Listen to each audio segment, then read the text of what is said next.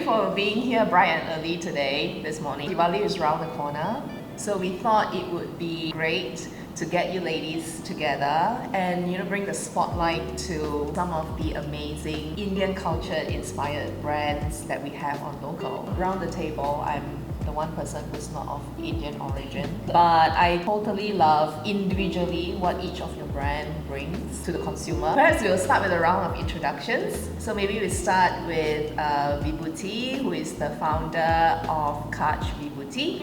So you can tell us a little bit more about your brand and your products. Thank you, Joyce, for inviting us and giving us this opportunity to introduce ourselves with LOOQAL. So I'm the founder and creative director of Kach Vibhuti Gupta. I make beautiful, unique and sustainable kids wear and women's wear. I'm using a lot of artisanal work and getting the roots of India, bringing it on my garments and depicting it through my unique designs. At the same time, with the vision to teach the coming generation, the kids, also about the slow fashion and sustainability. Then maybe we come to Rashmi, who is the co-founder of Oak Tree Living. I'm Rashmi. I'm the co-founder, like Joyce said, for Oak Tree Living, which is an artisanal brand, again from India. We work directly with the artisans in India, basically working with them on each design, using all Indian techniques and craftsmanship. So the brand celebrates craftsmanship and really appreciates everything that India has to offer. So all four corners of India have all kinds of different arts which we try and include in our products and make them contemporary so they can be used by this generation. It's working with artisans, everything is handcrafted, everything is handmade. That's the idea behind the brand. I like the fact that you said making the products design relevant to today, because I think that's how you keep the culture and heritage alive, right? And I love the fact that some of the products that you curate, they actually marry not just traditional techniques, but also with modern technology, where you actually have some products using recycled plastic. Yeah. I think that's amazing. I mean, how more modern can you get than that, right? So that's our key thing. We really want to develop a range where we can bring in more recycled plastic, PET made products. That's the direction we want to move towards. So next then we have Aditi, who's the founder of Avik Organic. So maybe you'd like to tell us a little bit more about Avik. Thank you, Joyce, firstly, to get us all here. It's a great opportunity, and yes, we all are Indian. You are not, but you're as Indian as it can get. We're having this conversation with us. We feel quite home with you and your family. So for me personally, the journey started when I became a mom. And I struggled to find natural clothes for my children. Anytime I would go to the market, everything was polyester based and everything was mixed. It was so hard to find natural, pure, soft cotton and something which is more, you feel safe putting it on your child. That's when, Avik Organic came into being. It's a 100% organic cotton, fully handcrafted product that we have. It starts with, of course, you grow the cotton and then you spin it on a spinning yarn. So then on the handloom, the fabric is made. And once the fabric is created, then it's dyed using natural colors. So what we use is only natural dyes using flowers, plant extracts, fruits, vegetables.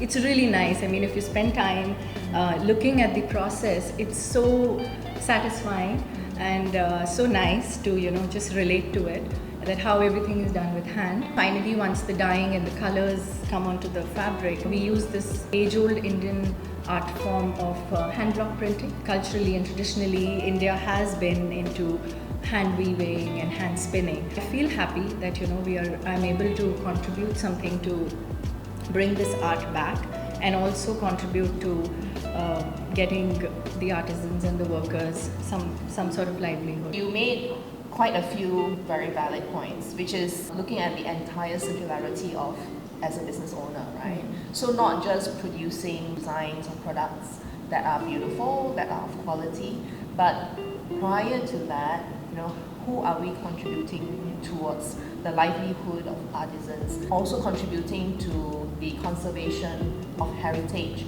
culture. I think all three of you ladies are actually doing this, which is, I have to say, kudos to this. We started off by saying that I really should visit India. Yes, I should. Yes, we'll take you. Okay, thank you. We'll plan something together. We'll take you along. There's so much diversity in India. Yes. It's very diverse. It's very difficult to define India in just few words. You know, while you're saying that, I'm just thinking a little bit of my introduction to Indian culture and even daily practices, right? Being Malaysian, I think we have a little bit more benefit of coexisting with other ethnicities. So I was always surrounded by non-Chinese. So I had Malays, I had Indians, I had Punjabis. Oh, wow. For neighbors. Lovely. Main ethnicities. Yes. And you would never find me at home. I would Always be, at their house. Yes, I would be in someone else's home and in their kitchen, like looking at what they're cooking, because the smell, the scent is like just a bit too inviting. When it came round to like festivities like Diwali, I would be their the +1 child. The one there first thing in the morning, and that's also how I got to appreciate the traditional costumes. What would you say is like some of your earliest childhood memories and all that, which is very specifically very Indian about it? So Diwali is always very special and the closest to heart because you get to wear new clothes. Your house is full of sweets. So I remember the house is full of sweets and dry fruits. So you would have almonds and pistachios. So as a child, I've always remembered just running to the table, picking one, going, eating. So I think that's a very special memory. But we try to do that when festival comes and at our home so that our kids get to enjoy that. It's actually pretty much the same for me. My mum and I, we used to start cleaning the house and doing all the preparations like the Chinese also do. Almost a month before Diwali, and that's what I miss. I always decorate the house with marigold flowers. Yes. So for me, that's Diwali. Yeah. So my kids, every year they'll start asking me, so when are we going to get flowers? And even the neighbors, they know it's Diwali time. So we also lived in a community where there were houses, and we would plan almost a month in advance what kind of lights. So every house had lights. So we would plan it as kids. Okay, my house needs to look the best. So whose house looks the best? Yes. How is it lit? And then for a month the house would be lit. We would have diyas and candles. It's just those memories. The festivals, the celebratory vibe. For me, actually, it was a very different experience. I belong to a very small town in India. It's 70 kilometers away from a metro city. It's a very old house, very generations old house made by my great-grandfather. So many families lived together there. Because it was not a city side, we used to enlight the whole mansion with handmade diyas. So that is one of the beautiful memories I have. Over here in Singapore, every year I make sure that I make rangoli in front of my house. I even participated in one of the rangoli competition and even won the prize for that. So that was my first earning in Singapore. I can feel the memories, the appreciation of that culture that you are trying to inculcate within your families when you're away from home as well. What has inspired you to weave the Indian culture so strongly into each of your businesses? In Avik Organic, Khadi itself, which is hand-spun, hand-woven fabric. Khadi has got a very historical and philosophical attachment, I think, to India. It was introduced by Mahatma Gandhi, the father of our nation, at the time of India's freedom struggle. So it was introduced as a concept to say that India is self-reliant and we make our own fabric, and it was part of the freedom struggle. So everybody relates Khadi to that. And I think it is, and all the workers, especially the worker class and like I mentioned before, the artisans who are involved in this, they have been doing this work since generations. And this has been our cultural heritage actually. It has been the roots. India has been into hand spinning and hand weaving.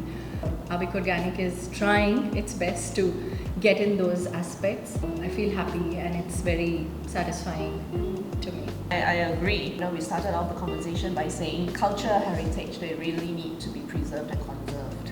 And how about you, Rashmi? How So about it's Oak Tree? quite similar to what Aditi said. So with Oak Tree Living, like I previously said, every part of different directions in India have a different culture, different food, different language. It's the same with art. There's different kinds of art forms. So something as simple as embroidery. So the idea is to modernize those and present them in a contemporary way so that the kids of today, this generation, can use them and also understand that this is part of our heritage. How to move with times and keep it alive. So that's what we are trying to do with our product. For me, everything done by hand actually holds a very special position. It does take time, but then it holds that value. Getting that into my fabrics, again using the handlock prints, and I do use even the screen prints because that is also a technique which is done by hand. It also teaches patience and hard work. I try to inculcate the age-old technique with the contemporary designs. That to me is also how you, as a business, you have evolved a business where it's very steeped in culture, in heritage, and also the artisanship, age-old artisanship, into something that's really relevant to this age. To this day. Yeah. Diti, coming back to you, is it similar, or do you see this craft like evolving in a different manner? For all of us as business owners, we need to take the cultural heritage. We need to take the old traditions, but as we all have said, that rightly match it with the modern times and the contemporary. So even at Avik Organic, we have the kids' clothing that we have. You can mix and match with the shorts, the shirt with the shorts, or the collar dresses, which knee-length dresses that girls like to wear now. So it's not the old traditional wear, because traditional wear is more heavy and not as easy to be in. Yeah. So I have tried to modify it to, something which is easygoing. You can go to the playground wearing that dress. If you go to a dinner, you wear it, it still looks nice. And I think Indian heritage and the crafts are so unique and so stylish that if we modify a little bit, they look even more beautiful. They look so rich and royal that you just can't go wrong with it. Perhaps one last question. What do you feel is, the best thing about the Indian culture of being Indian? Where I come from is a big fat Indian family of more than 24 members living together in one household. But every person, can you believe it's like a small class running together? People of all the ages living together and being patient and also learning about their own responsibility. So there's lot many emotions going on an everyday basis in Indian families. It is all about relationships, especially on the eve of Deepavali. They're all 24 together. We'll sit together and eat together, forgetting all ups and downs. They will just forget it for this festive season, and they will sit together and eat it and enjoy it, celebrate, and it's just like a new start of something new among us. Right. And that is what is very, very beautiful, because it teaches us so much to be resilient, to be patient, and to appreciate the relationships. So is it the same for you, Rashmi? Yeah, it's the same. It's the warmth. It's also because India is so diverse. Like we've talked about every direction having its own culture and cuisine and arts and this and that. So you were exposed to so much when you were growing up in India, different cultures, that you learn to respect and to be sensitive towards many different things. There's a mutual respect growing up, different cultures, different food, different languages, and you learn to live in harmony with everything, which is what I really appreciated. Right. And the food. I love the food, the variety. I think taking on from Rashmi what she said, back in the school days, in our books, we were always in the political science subject. We were always taught unity in diversity. And I think we have sort of learned that as kids and sort of grown up with it, that yes, there are so many, 28 different states in India. Yes, and the moment you cross one border from a state to the other border, it is a huge difference. The people are different, the food is different, language is different, everything is different, but yet we are united because we are all Indian.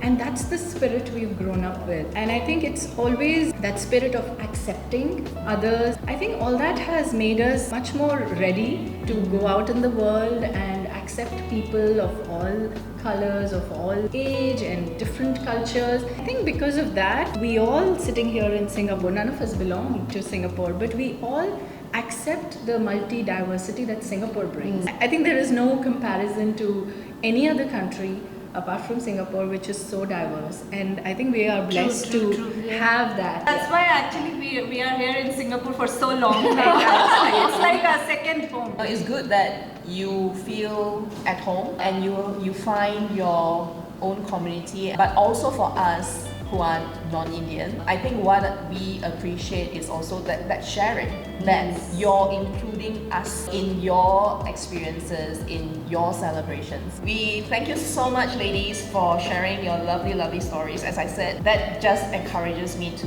book my holiday to I think the next 4-year plan is done, because like Rashmi was saying about the 4 corners of India, so we are going every year to one corner. Thank you so much. Thank you for having us.